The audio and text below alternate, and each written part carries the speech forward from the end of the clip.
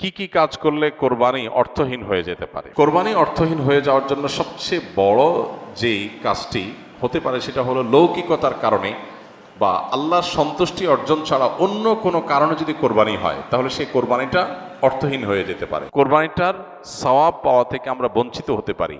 আল্লাহর কাছে এর কোনো বিনিময় আমাদের নাও থাকতে পারে যদি আমাদের এখলাস না থাকে। কোরবানিতে এখলাস খুব কমই থাকে। কোরবানিকে ঘিরে যদি আপনি বলেন সবচেয়ে বড় সতর্ক থাকার জায়গাটা কোনটা, তো আমি বলবো নিয়াতকে খালিস করা। অন্য অনেক ইবাদত আছে, নামাজের ক্ষেত্রে আমরা আল্লাহর জন্য নামাজ পড়ি, সেখানে আসলে এখলাসের অভাব এত বেশি থাকে না। কোরবানির মধ্যে এখলাসের অভাব যত বেশি থাকে। মূলত কোরবানি এমন একটা ইবাদত যেখানে আল্লাহর উদ্দেশ্যে আমি পশু জবাই করছি, আবার পশুর গোশতটা আমার ঘরে তুলছি, অর্থাৎ ফিডব্যাকটা আমি পাচ্ছি। এরকম জায়গা যেখানে অর্থনৈতিক বা আর্থিক ইবাদত, সে আর্থিক ইবাদতের ফিডব্যাক বা উপকারিতা যদি আমরা নিজেরা পাই, সেখানে এখলাস ধরে রাখাটা আসলে কঠিন হয়। কোরবানিটা সেরকম একটা ইবাদত। এই জন্য আমি কোরবানি কেন করছি এটা আগে ক্লিয়ার করতে হবে। আল্লাহ বলেছেন লা ইয়ানালাল্লাহু লুহুমুহা ওয়ালা দিমাউহা ওয়ালাকিন ইয়ানালুহু আত-তাকওয়া মিনকুম। কোরবানির পশুর গোশত, রক্ত কিছুই আল্লাহর কাছে যায় না। যেই চেতনা থেকে, যেই তাকওয়ার সুপ্ত চেতনা থেকে আমরা কোরবানি করি, সেটা আল্লাহর কাছে ঠিকই যায়। সো এখলাসটা এনশিওর করতে হবে, না হলে কোরবানি অর্থহীন হয়ে যেতে পারে। অনেকে আছেন প্রতি বছর কোরবানি করি, এবছর যদি না করি ছেলেমেয়েরা কার মুখের দিকে চেয়ে থাকবে। তাহলে এটা সামাজিক মর্যাদা রক্ষার কোরবানি হলো, আল্লাহর উদ্দেশ্যে না। অনেকে হয়তো মনে করেন যে আমরা প্রতি বছর গরু কোরবানি দেই, এবছর টাকা নাই, ধার করে হলো দিতে হবে। কেন? কারণ আমাদের মুখ থাকবে না, মান সম্মান থাকবে না যদি ছাগল দেই, মানুষ মনে করবে গরিব হয়ে গেছি। এই যে মানুষ কি মনে করবে সেই চিন্তা থেকে আমি গরু কোরবানি করলাম, অর্থহীন হয়ে যেতে পারে কোরবানি। ঠিক একইভাবে নতুন আত্মীয় হয়েছে, অন্যান্যবার কোরবানি করি বা না করি, এইবার তো করতেই হবে, মেয়ে বিয়ে দিয়েছি, বিয়ের বাড়ির মেহমানরা আসবে, তারা জানবে, এবার কোরবানি না দিলে তো মুখ থাকে না। কোরবানি আমার উপরে আবশ্যক হয় না, তারপরে আমি কোরবানি করতেছি কেন? ব্যয়কে দেখানোর জন্য। এখলাস নষ্ট হয়ে গেল। অনেকে আছেন যে কোরবানির মূল উদ্দেশ্য হলো ফ্রেশ গোশত সংগ্রহ করা, এই সামাজিক মর্যাদা ইত্যাদি, এগুলোর কারণে কোরবানি সবচেয়ে বেশি অর্থহীন হয়ে যায়। এই জন্য কোরবানিকে সবচেয়ে বেশি আমাদের রিয়া বা লৌকিকতা থেকে মুক্ত রাখার চেষ্টা করতে হবে। আল্লাহ আমাদের তৌফিক দান করুন। দ্বিতীয়ত, হারাম অর্থ দিয়ে যদি কোরবানি করেন তাহলে সেটা অর্থহীন হয়ে যেতে পারে। আপনি দেখবেন কোরবানির ইবাদতটাতে এক অদ্ভুত দৃশ্য আমাদের দেশে দেখা যায়। যারা যত বেশি প্র্যাকটিসিং, তাদের কোরবানির পশুর সাইজ সাধারণত তত কম থাকে। আর যারা যত বেশি নামাজ কালাম কম পড়ে, ইসলাম থেকে যত দূরে, তাদের কোরবানির পশুর সাইজ তুলনামূলকভাবে তত বড় হয়। অদ্ভুত না ব্যাপারটা? আপনি ঢাকা শহরে ঘুরে ঘুরে দেখবেন যে গুলশান, ধানমন্ডি, বনানী, বড়লোকদের এরিয়াগুলোতে এক একজনের গ্যারেজের ভিতরে আপনার বিভিন্ন নামের গরু, কালাচান, সুলতান, ধলাচান, লালচান, এক একটা গরু 3 লাখ, 4 লাখ, 5 লাখ, 7 লাখ, 10 লাখ টাকা দামের 2টা 3টা গরু। হয়তো অনেক এলাকা আছে যে একটা পাড়া মহল্লাতেও এত টাকা খরচ করে সবাই কোরবানি করার সুযোগ হয় না। যাই দেখেন ওই বাড়িতে যারা থাকে তাদের নামাজ নাই, কালাম নাই, ইবাদত নাই, বন্দেগী নাই, কোরবানির বেলায় মাশাআল্লাহ 4টা 5টা আছে, কারণ এটাতে বেটাগিরি জাহির করা যায়। আর যদি নির্বাচন সামনে থাকে তাহলে তো কোনো কথাই নেই, তাহলে এবার 10টা গরু, 20টা গরু, 30টা গরু। তো এগুলো বেশিরভাগ ক্ষেত্রে হারাম উপার্জন থেকে হয়, বিশেষ করে যাদের মধ্যে আল্লাহর ভয় না থাকে। তো হারাম উপার্জন থেকে যদি কোরবানির পশু করা হয়, জবাই করা হয়, বা ওই যে লৌকিকতার কারণে মানুষ দেখানোর জন্য, বাহবা পাওয়ার জন্য যদি কোরবানি হয়, তাহলে সেই কোরবানি কি হয়ে যাবে? অর্থহীন হয়ে যেতে পারে। তৃতীয়ত যে বিষয়টা আমাদের খেয়াল করা দরকার সেটা হলো কোরবানির পশুর জবাই করে তার গোশত খাওয়া আল্লাহ তাআলা আমাদের জন্য হালাল করেছেন, কিন্তু এর মানে এই না যে পশুর প্রতি কোনো অমানবিক আচরণ করা যাবে। পশুর প্রতি অমানবিক আচরণ করলেও কোরবানি অর্থহীন হয়ে যেতে পারে। এখন বলতে পারেন পশুর প্রতি কেউ কেউ অমানবিক আচরণ করে? উত্তর হলো হ্যাঁ, করে। কিভাবে করে? অনেকে আছেন পশু কিনে আনার পর যথাযথভাবে যত্ন আত্তি করে না, নিয়মতান্ত্রিকভাবে খাওয়ায় না। কারণ জবাই করে ফেলবো, দরকার কি খাওয়ানোর?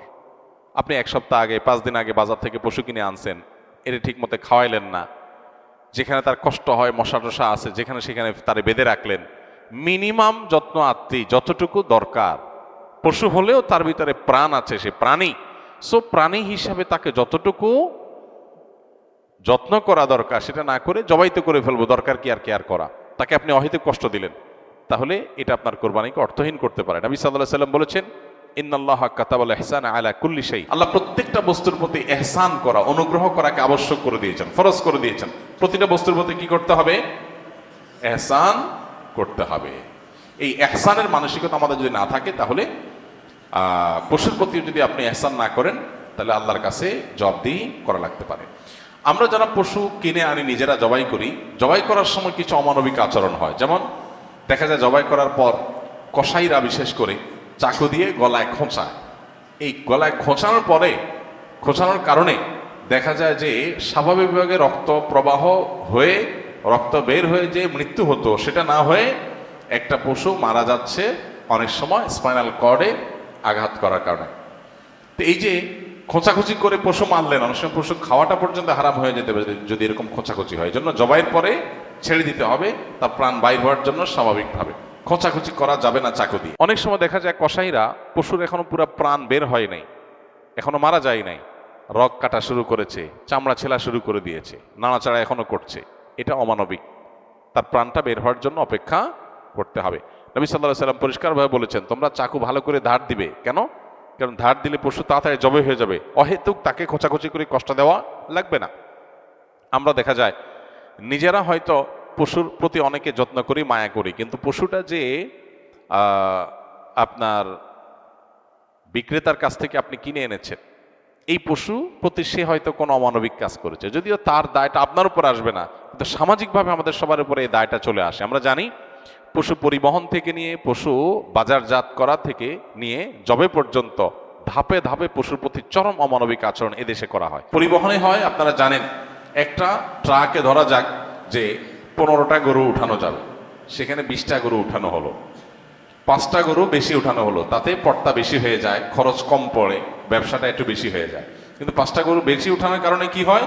ওই পশু যেগুলোকে উঠানো হয়েছে সেগুলোকে এমন গাদাগাদি করে দাঁড় করানো হয় যে তাদের গায়ে, শরীরে রীতিমতো ঘা হয়ে যায়, এবং মাঝখান দিয়ে এমনভাবে বাঁশ বেঁধে দেওয়া হয় যাতে কোনোভাবে বসতে না পারে। 10 ঘন্টা, 15 ঘন্টা, 20 ঘন্টা পর্যন্ত অনেক সময় সিরিয়ালে জ্যামে ট্রাকগুলো, পিকআপগুলো আটকা পড়ে থাকে, এবং 20 ঘন্টা ধরে তাদেরকে এইভাবে এমনভাবে বাঁশ বেঁধে দেওয়া হয় যাতে করে কোনোভাবে বসতে না পারে। ছাগল দোকানে আপনারা দেখবেন, ঢাকায় যে সমস্ত আপনার ছোট ছোট ছাগল বিক্রির জায়গাগুলো আছে, দোকানগুলো আছে, সেগুলো দেখবেন গলায় রশি বেঁধে এমনভাবে ঝুলায় রাখা হয় যে হয়তো 1-1.5 ফিট বা আরো কম রশি রাখা হয়, এবং যাতে কোনোভাবে ছাগল বসতে না পারে, কারণ বসলে তো ক্রেতা দেখতে পাবে না। ক্রেতা যাতে সাইজ দেখতে পারে সেজন্য তাকে দাঁড় করিয়ে রাখা হয়। সে দাঁড় করানোটা কখন থেকে নিয়ে, ওই যে সকাল 7টা বা 6টা ফজরের পর পর পশুর দোকান খোলে তখন থেকে নিয়ে একদম রাত 8টা-9টা পর্যন্ত, এই পুরো সময় 12 ঘন্টা, 14 ঘন্টা, 16 ঘন্টা আপনি এইভাবে ঝুলায় রাখতেছেন একটা জীবন্ত পশুকে। অমানবিক আচরণ। এরপরে বাজারজাতকরণের সময় আমরা জানি পেটের মধ্যে হাওয়া দিয়ে ফুলানো হয়, পানি অতিরিক্ত জোর করে জবরদস্তি পান করে তারপরে ফুলানো হয়, এগুলো সব অমানবিক আচরণ। এগুলো আমাদের কোরবানির যে আসল রূহ এবং প্রাণ সেটাকে নষ্ট করতে পারে। এগুলোর দায় অবশ্য কোরবানিকারীর উপর আসবে না, কিন্তু কোরবানিকারীর দায়িত্ব আছে এইগুলোর ব্যাপারে সামাজিক সচেতনতায় সামিল হওয়া। সর্বশেষ যে পয়েন্টটা বলবো সেটা হলো, আমাদের কোরবানির পশুর যে বর্জ্য ময়লা আছে, এগুলো যদি পরিষ্কার করার দায়িত্ব কোরবানি কারক হিসাবে আমরা নিজের কাঁধে না নেই, আমাদের কোরবানিটা অর্থহীন হয়ে যেতে পারে। আমি কোরবানি করছি সওয়াবের জন্য, কিন্তু আমার কোরবানির কারণে যদি মানুষের কষ্ট হয়, সমাজের মানুষ বিপদে পড়ে, মানুষ অসুস্থ হয়, তাহলে সওয়াবের পরিবর্তে আমার কি হতে পারে? গুনাহ হতে পারে। আপনি কোরবানির পশু এনেছেন, এবার কোরবানির পশুর যে গোবর, তার পেশাব, বিষ্ঠা, এগুলো পুরো এলাকাকে ময়লা দিয়ে ভরে ফেলেছে, দুর্গন্ধে ছেয়ে গেছে। আপনি কোরবানিকারী, আপনার দায়িত্ব এগুলোকে পরিষ্কার করে যথাস্থানে ফেলে দেওয়া এবং মানুষের যেন কষ্ট না হয় সেদিকটা খেয়াল করা। পেশাব করেছে, পানি দিয়ে তাড়াতাড়ি করে ধুয়ে ড্রেনে এটাকে ফেলে দেওয়া, এবং ড্রেনে যাতে আবার প্রবাহটা ঠিক থাকে সেজন্য আপনি ভূমিকা রাখা, এটা আপনার কর্তব্য। গোবরগুলো নিয়ে আপনি ড্রেনে ফেলে দিলেন, তাহলে ড্রেনে জলাবদ্ধতা তৈরি হবে, পানি প্রবাহ বন্ধ হয়ে যাবে, এবং সেটার কারণে সেই বদ্ধ পানিতে মশা তৈরি হবে, ডেঙ্গু তৈরি হবে, সেখান থেকে মানুষ, এখন ডেঙ্গুর সিজন শুরু হয়েছে, গতকালকে না যেন আজকে পত্রিকা দেখলাম যে এবার মৌসুমের শুরুতেই ডেঙ্গুর প্রকোপ ভয়াবহ। হয়তো এখান থেকে যে মশা তৈরি হয়েছে এটা কোনো মানুষকে কামড় দিবে, সে মানুষটা অসুস্থ হয়ে হসপিটালে ভর্তি হয়ে হয়তো মারা যাবে, লাখ লাখ টাকা খরচ হবে, আইসিইউতে যাবে, আপনি হয়তো জানান না আপনি কোরবানি করে চলে গেছেন। এই জন্য আমাদের কোরবানির পশুর বিষ্ঠা, ময়লা, বর্জ্য এগুলোকে পরিষ্কার করা, যথাস্থানে ফেলা, যেখানে সেখানে না ফেলা, এবং ড্রেন অন্যান্য জায়গায় মানুষের রাস্তাঘাটের আশেপাশে চলাফেরার জায়গায় ফেলে মানুষের কষ্টের কারণ যেন না হয় সেটা লক্ষ্য করা আমাদের কর্তব্য। যদি না করি তাহলে এই কোরবানি অর্থহীন হয়ে যেতে পারে। ভাইরা আমার, প্রতি বছর এই বিষয়টাতে আমরা সচেতনতা সৃষ্টি করার চেষ্টা করি। কোরবানি হোক পবিত্র, আমাদের দেশও থাকুক পরিচ্ছন্ন, আমাদের পরিবেশটাও ভালো থাকুক, এই স্লোগানটা আমাদের মাথায় রাখতে হবে। কোরবানি করার পরে অনেক সময় দেখা যায় কোরবানি পশুর রক্ত রাস্তায় বেয়ে পড়ে গেছে, মাটির রাস্তায় শুকিয়ে গেছে, আমি ভালো করে পানি ঢালি নাই, দায় সারা একটু পানি ঢেলে চলে গেলাম, তাহলে এই রক্তটা শুকানোর পরে দুর্গন্ধ হবে, মানুষ আশেপাশ দিয়ে যাবে, নাকে হাত দিয়ে যেতে হবে, কষ্ট হবে, দিলের বদদোয়া মানুষের আপনি পেতে থাকবেন। তো কোরবানি করে কি লাভ? আল্লাহর বান্দাদের কষ্ট দিয়ে তো আল্লাহকে আপনি খুশি করতে পারবেন না। কোরবানি পশুর জবে করার পর অনেকে বুড়ি পছন্দ করেন, বুড়ি খাওয়া হালাল, কেউ চাইলে পছন্দ করলে খেতে পারে পরিষ্কার করে। এখন বুড়ির যে ময়লা সেগুলো আপনি রাস্তার পাশে কোন একটা খালে ফেলে দিয়ে চলে গেলেন, কারোর খেতে ফেলে দিয়ে চলে গেলেন, রাস্তার ধারে ফেলে দিয়ে চলে গেলেন। এবার 1 সপ্তাহ, 10 দিন, 15 দিন, 20 দিন, অনেক সময় 1 মাস বা আরো বেশি সময় পর্যন্ত এগুলোর গন্ধে আশপাশে মানুষ বসবাস করা কঠিন হয়, পথচারীদের কষ্ট হয়। তো এগুলো সবগুলোই কিন্তু আমাদের কোরবানিকে অর্থহীন করে ফেলতে পারে। অতএব আমাদের উচিত হবে যে আমাদের কোরবানির পশু ময়লা, বর্জ্য এগুলোকে গর্তে ফেলে দিয়ে মাটি চাপা দিয়ে সুন্দর করে সেটাকে দাফন করে দেওয়া, যাতে কোনোভাবে মানুষের কষ্টের কারণ না হয়। আল্লাহ রাব্বুল আলামিন আল্লাহকে সন্তুষ্ট করার মতো করে কোরবানি আমাদেরকে নিবেদন করার তৌফিক দান করুন। কোরবানি যেখানে ত্যাগের কথা বলে, সেখানে যদি আমরা মানুষকে কষ্ট দেই তাহলে এটা সওয়াবের পরিবর্তে কোনো কোনো ক্ষেত্রে গুনাহের কারণ হতে পারে।